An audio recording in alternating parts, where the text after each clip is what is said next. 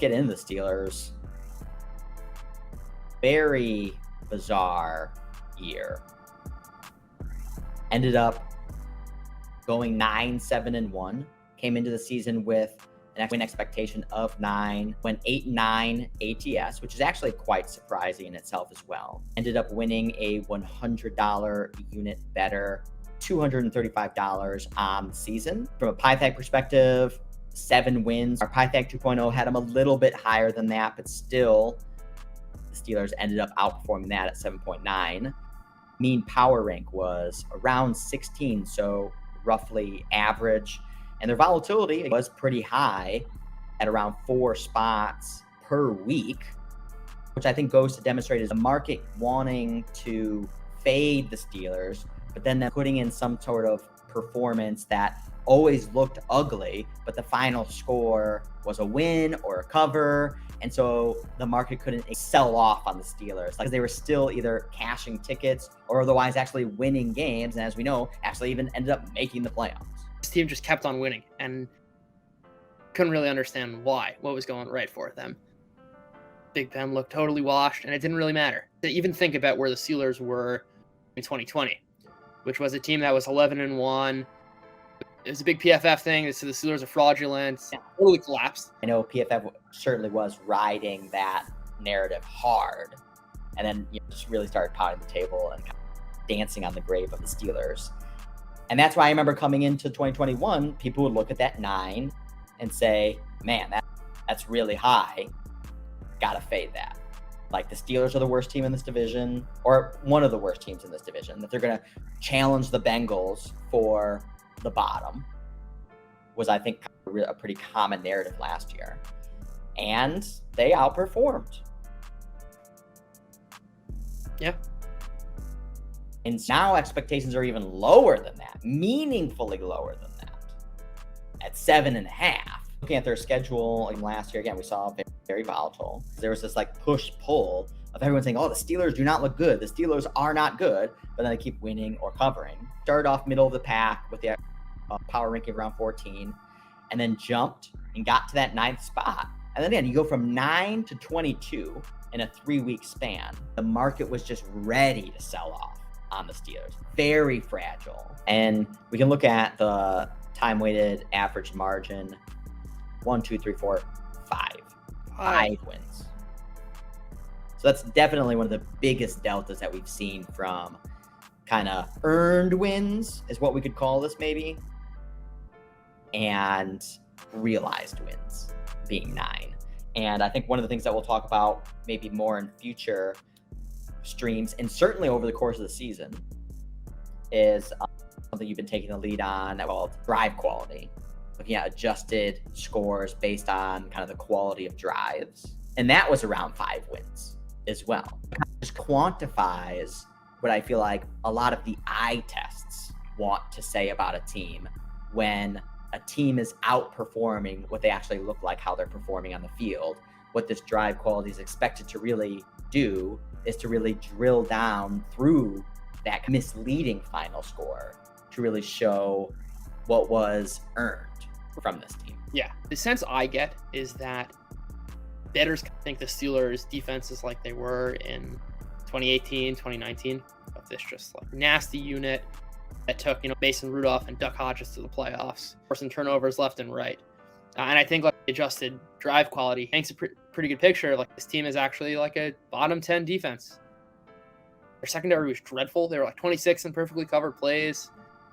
Joe Hayden was really washed up. They were really reliant on TJ Watt. I think the market might be pricing in, okay, at least the defense is good. We got like a defense and a good head coach.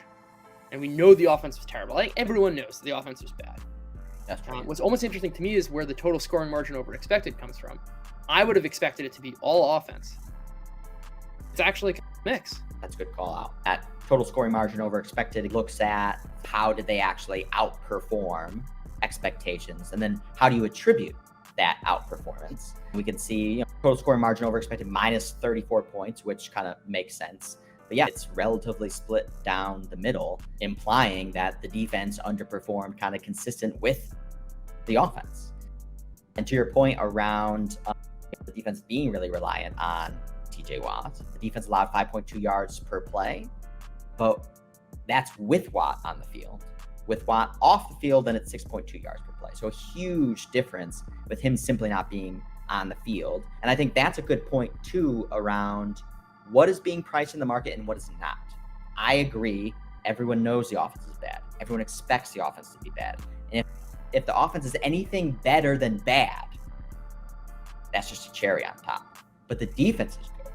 And the defense is a top 5 unit. That's what the market is pricing in. So if you think the defense is much worse than that, and you're saying possibly a bottom 10, yeah, then that's huge. I think the offense, if anything, will improve. You can't really get much worse than Ben Roethlisberger was last year. And I think the market is pricing in this defense as if they're still really good. Because the picture that's left in people's head is the Steelers defense carrying Duck Hodges to the playoffs. And even carrying Ben Roethlisberger. Yeah, exactly. Yeah. So offseason changes. And they didn't really make that many changes. So obviously they lost a Big Ben, bringing in Mr. Trubisky, and also rolled the dice and drafted George Pickens from Georgia. If Mitch Trubisky could realize the potential for what the Bears originally had from him, drafting him as the number 2 overall pick. I'm not saying that he would ever reach that type of potential, but he always showed flashes in Chicago from time to time. He's way more mobile than Big Ben. In fact, when you're the tail end of his career in Chicago, the offense actually started to open up a little, allow him to actually run more. In fact, even had more designed runs for Trubisky, allowed him to be a better quarterback. And so I wonder if Matt Canada and his offense could maybe source some of that unrealized talent from Mitch Trubisky. And so if we look at 2022, again, win expectation at that 7.5, very depressed. To win the division, expected to come in last, of course, plus 1,000, plus 350 to make the playoffs. One thing I have here is George Pickens win Offensive Rookie of the Year, plus 1,000. Certainly, probably more likely to cash than the Steelers win the Super Bowl. So Pythag 2.0 has the Steelers under. You and Pythag 2.0, you're locked in. That's right. Seeing eye to eye. I don't even see the Pythag 2.0 before that leans. Totally blind here. Strength of schedule, 4th hardest. Net rest, -4 days. Mean spread, plus 2.5. Pretty low for a 7.5 win expectation. Patriots, Browns, Jets, I think are all winnable.